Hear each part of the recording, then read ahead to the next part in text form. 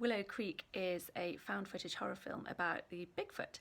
It was directed by Bobcat Goldthwait, who apparently referred to it as the Blair Squatch Project, which to me is reason enough to watch it, even if it wasn't a good film. It is actually a good film.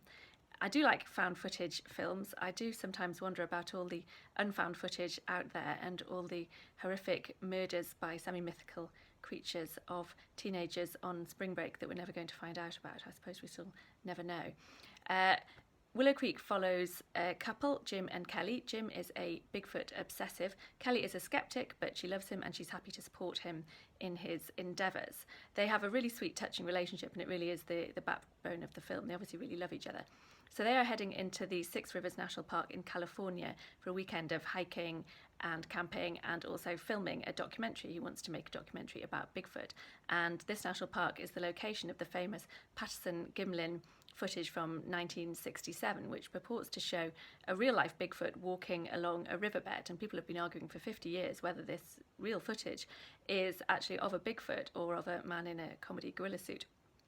So the couple head into the national park. First of all, they visit the town of Willow Creek, which is one of those towns really surviving on its local myth or legend, in this case the Bigfoot. They even have a Bigfoot festival.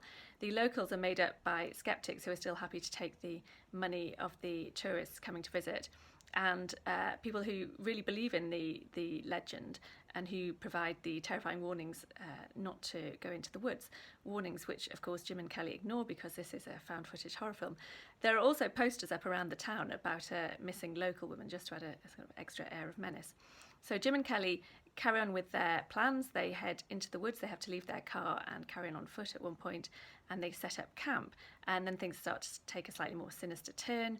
They end up that night in their tent. There's an incredible 20-minute, apparently it was done in a single take, 20-minute scene of them in the tent. They can hear one or more creatures outside making noises that are traditionally associated with Bigfoot, and you can see the absolute terror on the couple's faces, especially Jim realising what he's putting Kelly through, who's really just come along to help him out.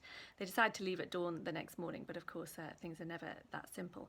The ending is quite scary. It's a good use of found footage. I mean, this is a low-budget film, but they really manage it pretty well. I did like the scale of the film. The scale of the woods really comes across. If you live in the UK, the great outdoors really isn't that great in scale at all. And even if you're lost in a wood, you're normally only about 10 minutes from a local tea room or a shop selling Beatrix Potter memorabilia. Clearly these woods are vast, and it really gives the sense that during the day they're quite benign, but at night they really become quite frightening and sinister.